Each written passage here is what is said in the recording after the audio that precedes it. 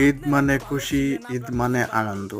আর সেটা যদি হয় ঈদুল আজহা মানে কোরবানি, আমরা যাকে কোরবানি ঈদ বলি, তাহলে তো ঈদের আনন্দটা আরো বহুগুণে বেড়ে যায়।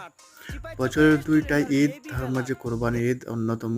এই ঈদে আমাদের ছোটবেলায় যখন আমরা থাকতাম, কত আনন্দ! কখন গরু কিনা হবে, কখন গরু নিয়ে বাড়িতে আসা হবে, তারপর গরু দেখা, সবাই মিলে গরুকে খাওয়ানো, গোসল করানো।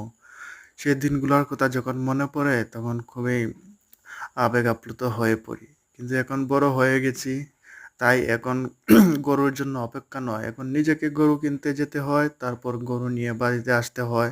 ছোট ছোট বাচ্চারা তারা অপেক্ষা করে কখন আমরা গরু নিয়ে যাব, তারা গরু দেখবে, গরুর সঙ্গে আনন্দ করবে। তাই বছরের মতো এবছরও চলে আসলাম গরুর হাটে গরু কিনতে, বন্ধুদেরকে নিয়ে বাড়ির সবাইকে আনন্দ দিতে।